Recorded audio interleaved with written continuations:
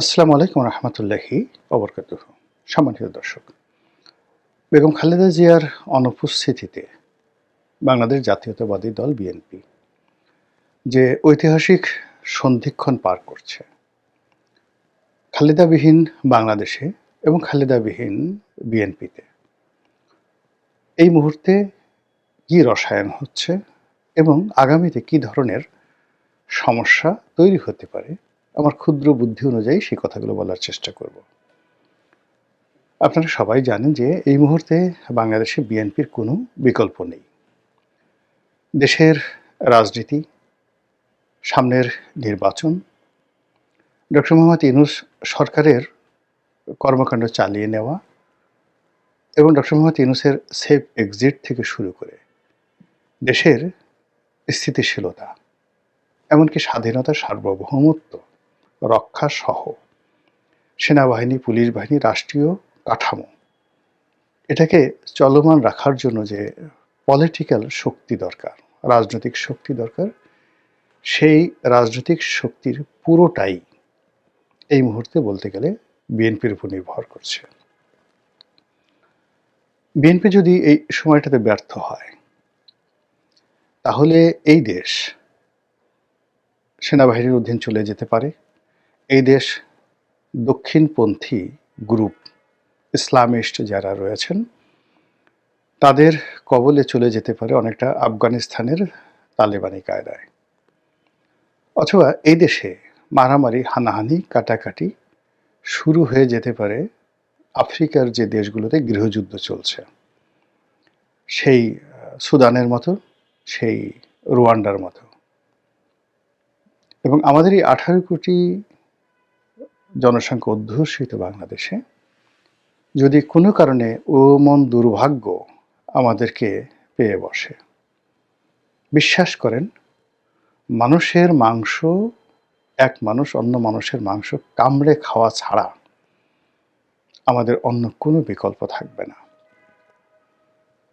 এবং যখন এই 18 কোটি মানুষকে নিয়ে এই বাংলাদেশ, গাঙ্গেয় বদ্বীপ বিপদে পড়বে, এখন যে সকল বান্ধব আমরা দেখছি, আমেরিকা সেন্ট মার্টিন নিতে চাচ্ছে, ভারত দখল করতে যাচ্ছে, পাকিস্তান তারা নিজেরা দেউলিয়াত্ব সত্ত্বেও বাংলাদেশের রাজনীতির ব্যাপারে নাক গলাতে চাচ্ছে। যদি আমাদের নিজেদের মধ্যে সংহতি না থাকে, উন্নয়নের চাকা উল্টে যায়, রাজনীতির যে স্থিতিশীলতা নষ্ট হয়ে যায়, তাহলে পৃথিবীর কোনো দেশ আমাদের দিকে ফিরেও তাকাবে না। আমরা এই ঢাকা শহরে বসে বসে যারা বিভিন্ন রকম কথাবার্তা বলছি, বিশ্বাস করেন সেই হেলাল হাফিজের কবিতার মতো গ্রাম থেকে লক্ষ লক্ষ মানুষ শহরে আসবে। কোন বাড়িতে খাবার আছে, কোন বাড়িতে অর্থ আছে, খুঁজে খুঁজে প্রত্যেকটা বাড়ি থেকে মানুষ মেরে 5 কেজি চাল, 1 কেজি চাল, 1 মুঠো ডাল নেওয়ার জন্য খুনোখুনি শুরু করে দেবে। আজ প্রায় 15 লক্ষ রোহিঙ্গাকে আমরা খাওয়াচ্ছি রাষ্ট্রীয় অর্থে। বিদেশিরা সামান্য কিছু দান খয়রাত করছে। এই 15 লক্ষ দুর্ধর্ষ রোহিঙ্গা কক্সবাজার অতিক্রম করে চট্টগ্রাম চলে আসবে, নোয়াখালী, কুমিল্লা থেকে শুরু করে ঢাকার উপকেন্দ্রে চলে আসবে এবং আমাদেরকে ছিঁড়ে কুটে খেয়ে ফেলবে। এই যে সমস্যাগুলো, এই সমস্যাগুলো কেবলই মাত্র রাজনৈতিক নেতৃত্ব দ্বারা নিয়ন্ত্রণ করা সম্ভব। কোনো পুলিশ দ্বারা, কোনো মিলিটারি পাওয়ার দ্বারা, কোনো অ্যাটমিক বোমা দ্বারা এই যে চলমান সমস্যাগুলো যেগুলো চলছে, এগুলোর যে ভয়াবহতা, সেই ভয়াবহতা থেকে দেশ এবং জাতিকে রক্ষা করা সম্ভব নয়। এখন রাজনীতির ময়দানে যে ভারসাম্যহীনতা চলছে, আওয়ামী লীগের অবর্তমানে যে একটা বিরাট শূন্যতা, সেই শূন্যতার মধ্যে ছোট ছোট রাজনৈতিক দলগুলো গত 17 মাসে যারা একটি ওয়ার্ডের, মানে গ্রাম অঞ্চলের যে ওয়ার্ডগুলো রয়েছে, ইউনিয়ন পরিষদের যে ওয়ার্ড, সেখানে 2 থেকে 2,500 ভোট পেলে একজন মেম্বার হতে পারে। তো এরকম 2 থেকে 3,000 ভোট পাওয়ার যাদের যোগ্যতা নেই, এরকম অন্তত পক্ষে 1,000 লোকের তৈরি হয়েছে, সৃষ্টি হয়েছে, যারা 2,000 ভোট পাওয়ার কোনো যোগ্যতা এখন পর্যন্ত নেই। কিন্তু গত 17 মাসে এরকম 1,000-এর মতো নতুন নেতা, তারা মনে করছে যে তারা এমপি হতে পারে, তারা মন্ত্রী হতে পারে, তারা প্রধানমন্ত্রী হতে পারে, তারা রাষ্ট্রপতি হতে পারে। এবং তারা এই যে তাদের যে অভিলাষ, সেই অভিলাষটাকে পূর্ণ করার জন্য তারা মব করেছে, জুলুম করেছে, অত্যাচার করেছে এবং রাষ্ট্রের যে মৌল ভিত্তিগুলো আছে সেখানে তারা একের পর এক আঘাত করেছে এবং তারা বিজয়ী হয়েছে। আর এখন এই সময়টিতে এসে 2025 সনের আমি যে ভিডিওটি করছি শেষ রজনীতে, অর্থাৎ 31শে ডিসেম্বর রাত্রে, আজকের দিনের বাস্তবতা হলো ওই 1,000 লোক যারা এই সমাজের যারা পিলার ছিল, রাজনীতির শক্তি ছিল, রাষ্ট্রযন্ত্রের শক্তি ছিল, তাদের সবাইকে বলতে গেলে অক্ষম করে, নির্মূল করে, ভয় দেখিয়ে তারা যে বাংলা ভাষায় যেটিকে বলা হয় তাফালিং, তারা যে তাফালিংগুলো করেছে, এখন এই সময়টিতে এসে তারা অলমোস্ট সবাই চুপসে গেছে। 1,000 তো দূরের কথা, এখন একজন লোকও ওই মানে যাকে বলা হয় মব করার মতো, যারা একসময় মব করত, তারা কেউ আর এখন আগের অবস্থানে নেই। তারা বুঝতে পেরেছে যে 3,000 ভোট তারা পাবে না, অধিকন্তু এই সমাজ তাদের জন্য ভয়ঙ্কর হয়ে পড়েছে। তো ধরুন একটা সমাজে বা একটা বনে 1,000 হাতি আছে। তো এমন একটা পরিবেশ তৈরি হলো যে 1,000 হাতি এই বন থেকে চলে গেল, আর বনের যে খরগোশ আছে যারা, তাদের মানে 1,000টি বেলুন তৈরি করা হলো হাতির মতো করে, তার মধ্যে এক একটা খরগোশ ঢুকিয়ে দেওয়া হলো। তো সেই হাতিগুলো মানে বেলুনের মধ্যে থাকা খরগোশগুলো হাতির সুরত ধরে তারা সেই 16-17 মাস পুরো জঙ্গল তারা তাণ্ডব চালালো। এবং বনের অন্যান্য যারা প্রাণী রয়েছে, সেটা সজারু, হরিণ, শিয়াল ইত্যাদি যে প্রাণীগুলো আছে, তারা ওই হাতিকে মানে হাতির যে বেলুন কাঠামো, সেই কাঠামোর মধ্যে মূলত খরগোশ, তাদেরকে হাতি মনে করে তারা ভয়ে থর থর থর থর করে কাঁপলো। এরপর একটা সময় সব বেলুনগুলো ফুটো হয়ে গেল, খরগোশগুলো পাতার আড়ালে লুকিয়ে গেল। তখন বনের মধ্যে যে ভারসাম্যহীনতা তৈরি হবে, আমাদের এই সমাজে এখন ঠিক সেই রকম ভারসাম্যহীনতা শুরু হয়ে গেছে। এখন সরকারের কোনো সেক্রেটারি, জেলার কোনো DC, SP, OC, chairman, member, সংসদ সদস্য, পৌরসভার মেয়র, মন্ত্রী, মানে এই যে পদ পদবী ধারী যে লোকজন, তাদের অস্তিত্ব নেই। আর আগামীতে তারা এই পদ পদবীতে এসে রাতারাতি কোনো কিছু করবে, সেই ব্যাকবোনটি অর্ধেকটা নষ্ট হয়ে গেছিল সেই শেখ হাসিনার জমানাতে, তার নিজের দলের মধ্যে আর অন্য দলের মধ্যে জাস্ট 50% আপনার ব্যাকবোন নষ্ট হয়ে গেছে। জুলাই আগস্ট বিপ্লবের পরে আওয়ামী লীগের যে লোকজন, যাদের মানে অতিরিক্ত লোভ, কামনা, বাসনা ইত্যাদি কারণে যাদের 50% ব্যাকবোন নষ্ট হয়ে গিয়েছিল, তারা সব পালিয়ে গেছে। আর আওয়ামী বিরোধী শক্তিদের যে 50% ব্যাকবোন ছিল আওয়ামী লীগ জমানাতে, তাও এই গত 17 মাসের মবের কারণে মানে ওই যে মানে হাতিরূপী খরগোশদের যে দাপটে দেখা গেল যাদের আরও 30% সেই মানে ব্যাকবোনের যে শক্তি, সেই শক্তি নষ্ট হয়ে গেছে। এটা কিভাবে? দুটো উদাহরণ দিলে বুঝতে পারবেন। আপনি সেই মুক্তিযোদ্ধা ফজলুর রহমান, ওনার সেই 17 মাস আগের একটা ভিডিও দেখেন, চেহারা দেখেন, কথাবার্তা শুনেন, আর এখন ওনার বক্তব্য শুনেন। আপনি বুঝতে পারবেন যে আওয়ামী লীগ জমানাতে যদি তার 50% ব্যাকবোন থেকে থাকে, এখন তার আসলে 25% ব্যাকবোন আছে কিনা। তিনি ভয় পাচ্ছেন, দ্বিধা, সংকোচ, মানে কেমন যেন হয়ে গেছেন।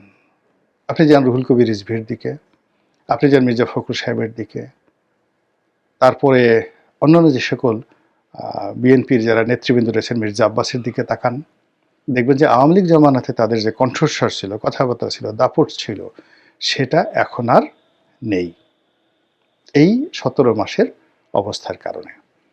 এরকম ধরুন আপনার এখন যে ব্যাকবোন আছে, ব্যাকবোন তো বুঝেন মেরুদণ্ড, সেই মেরুদণ্ড ঘাড়ের সাথে, এই মেরুদণ্ড দিয়ে ফুল মানে আপনার যখন শক্তি থাকে আপনি 1 মণ বোঝা মাথায় করে নিতে পারেন।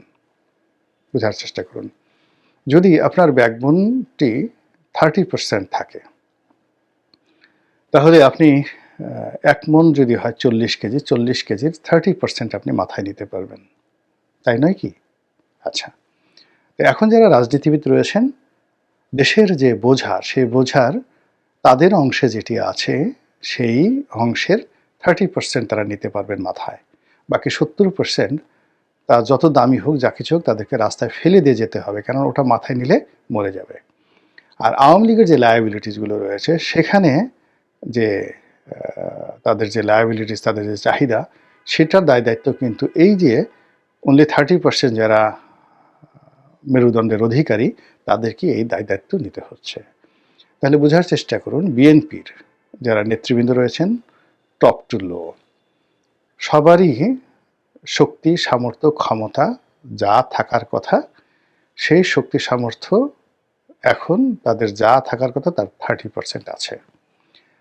তো এই 30% শক্তি সামর্থ্য দিয়ে তাদেরকে মানে অন্যান্য সময় যদি আওয়ামী লীগ থাকতো বা অন্যান্য রাজনৈতিক দলের একটা স্বাভাবিক অবস্থা থাকতো, তাহলে তারা যে দায় দায়িত্বগুলো মাথায় বা বোঝা মাথায়গুলো নিতেন তার চাইতে অন্তত 4-5 গুণ বোঝা তাদেরকে নিতে হচ্ছে। ফলে কি হলো, আইদার তারা মরবে অথবা এই দেশের যে সমস্যাগুলো আছে, সম্পদগুলো আছে, যা কিছু আছে সব রাস্তায় পড়ে থাকবে, অর্থাৎ কিয়ামতের ময়দানের মতো অবস্থা হয়ে যাবে। মানুষ এই দুনিয়াতে কিছু টাকা পয়সার জন্য কত কিছু করে, তো কিয়ামতের ময়দানে সমস্ত পৃথিবীর লুকায়িত ধনসম্পদ, হীরা মণি মুক্তা জহরত, যেগুলো আকাশে বাতাসে পানিতে মাটিতে মিশ্রিত অবস্থায় লুকায়িত অবস্থায় আছে, আল্লাহ সেদিন সব উন্মুক্ত করে দেবে। কিন্তু সেদিন সেগুলো বহন করার মতো, রাখার মতো প্রয়োজনও থাকবে না, আর সম্ভবও হবে না। এখন বাংলাদেশে ধরুন যে বেকার সমস্যা আছে, যে সেন্ট্রাল রিজার্ভের সমস্যা আছে, বৈদেশিক ঋণ আছে, টাকার অভাব আছে, বেকার সমস্যা আছে, এরকম 1000টা সমস্যা। তো সেই সমস্যাগুলো সমাধান করার জন্য যে পরিবেশ এবং পরিস্থিতি দরকার, সেই পরিবেশ পরিস্থিতি, সেই ম্যান পাওয়ার, দক্ষতা, অভিজ্ঞতা নেই। এমনকি এখন যারা সরকার চালাচ্ছে ডক্টর মোহাম্মদ ইউনূসের নেতৃত্বে, তাদের টিল নাও এখন পর্যন্ত তাদের ব্যক্তিগত জীবনে যে সফলতা আছে, জ্ঞান বুদ্ধি প্রজ্ঞা যা কিছু আছে, এর 10 ভাগের 1 ভাগ মানে শক্তি সামর্থ্য জ্ঞান গরিমা বুদ্ধি প্রজ্ঞা আপনি বলেন তো বিএনপি এবং জামাতের কোন লোকটার আছে? আপনি একজন সিএস আবরারের কথা চিন্তা করেন, একজন ফজল কবিরের কথা চিন্তা করেন, ডক্টর মোহাম্মদ ইউনূসের কথা চিন্তা করেন। আপনার কি ডক্টর মোহাম্মদ ইউনূসের চাইতে তারেক রহমান সাহেব বা ডক্টর শফিকুর রহমান সাহেব খুব বেশি যোগ্যতা পাবো আপনার কাছে মনে হয় যে তারা পারবেন? কেন পারবেন বলেন তো? অথবা এখন যারা আছেন, সেটা আসিফ নজরুল হোক, রেজওয়ানা হোক, তারপর চুল সাদা আর এক ভদ্রলোক আছেন, সেই আদিলুর রহমান আছেন, খলিলুর রহমান আছেন, মানে এদের সবার তো ব্যক্তিগত জীবনে শিক্ষা দীক্ষা, অর্থনৈতিক ভিত্তি, ব্যবসা বাণিজ্য বিএনপি আওয়ামী লীগ জামাতের যে কোনো নেতার চেয়ে বেশি, কিন্তু তারা পাচ্ছেন না কেন? ওই একই সমস্যা, তাদের ভার বহন করার ক্ষমতা আছে 10%, আর সমস্যা হলো 100%। তারা পারছেন না, অনলি 10% সমস্যার সমাধান করতে পারছেন। বিএনপির ক্ষেত্রে এটা আরও বেশি হয়ে যাবে। তো কাজে বিএনপি ক্ষমতায় এলো, রাষ্ট্র পরিচালনা করলো, এতে কি সমস্যার সমাধান হবে? হবে না। অধিকন্ত বিএনপির যে অভ্যন্তরীণ দ্বন্দ্ব সংঘাত, ক্রন্দল যেটা রয়েছে, সেটি বেগম জিয়ার অনুপস্থিতিতে আগামী 7 থেকে 10 দিনের মধ্যে এমন প্রবল আকার ধারণ করবে যে বিএনপি দেশ জাতি ইলেকশন নিয়ে চিন্তা করা তো দূরের কথা, নিজের ঘর সামলানোর জন্য তাকে মানে 10 বার দৈনিক 10 বার ইয়ানফসি বলতে হবে। দ্বিতীয়ত, বেগম জিয়াকে ঐক্যের প্রতীক মনে করে বিএনপির উপরে অনেকে রহম করেছেন, অনেকে বিএনপিকে সমীহ করেছে। বেগম জিয়ার সাথে অনেকের ব্যক্তিগত সম্পর্ক, বিশেষ করে জামাতের ব্যক্তিগত সম্পর্কের কারণে অনেক কিছু হয়নি, কিন্তু আগামী 15 দিনে দেখবেন যে জামাত ধৈর্য হারিয়ে ফেলেছে। ধৈর্য হারিয়ে ফেলার পর বিএনপি ধৈর্য হারিয়ে ফেলবে। এর ফলে কি হলো, 17 বছর পরে তারেক রহমান সাহেব বাংলাদেশে যে এসেছে, তিনি এই যে চলমান সমস্যার আগা মাথা কোনো কিছুই বুঝতে পারবেন না। এটা কেউ বুঝতে পারে না। সম্রাট বাবরও পারেননি, আলেকজান্ডারও পারেননি, তাকে ভারত থেকে চলে যেতে হয়েছিল। তো কাজেই এই যে সামনে যে দিনগুলো, তারেক সাহেব এসছেন, নতুন নেতৃত্ব তৈরি হচ্ছে, সামনে ইলেকশনের যে শিডিউল, সেই শিডিউল অনুযায়ী প্রস্তুতি নেওয়া, ইলেকশনে জয়লাভ করা, ভোটার আনা, তারপর শেষে ক্ষমতা গ্রহণ করা ইত্যাদি সব কিছু। এর মধ্যে ভারতের হেজিমনি, পাকিস্তানের ইন্টারফেয়ারেন্স, আমেরিকার যাকে বলা হয় এখানে নানা কূটনৈতিক তৎপরতা, পশ্চিমাদের চাপ, ডক্টর মোহাম্মদ ইউনূসের সরকারের সমস্যা, আওয়ামী লীগের বিভিন্ন ফোড়ন কাটা চক্রান্ত, সব মিলিয়ে আপনার কাছে কি মনে হচ্ছে খালেদা জিয়াবিহীন যে বাংলাদেশ বা বিএনপি, এটা কি বর্তমান বিএনপি যারা নেতৃত্ব রয়েছেন তাদের জন্য খুবই সুখকর হবে নাকি কঠিন হবে? মহান আল্লাহ আমাদের সবাইকে হেদায়েত দান করুন এবং হেফাজত করুন। আসসালামু আলাইকুম ওয়া রাহমাতুল্লাহি ওয়া বারাকাতুহু।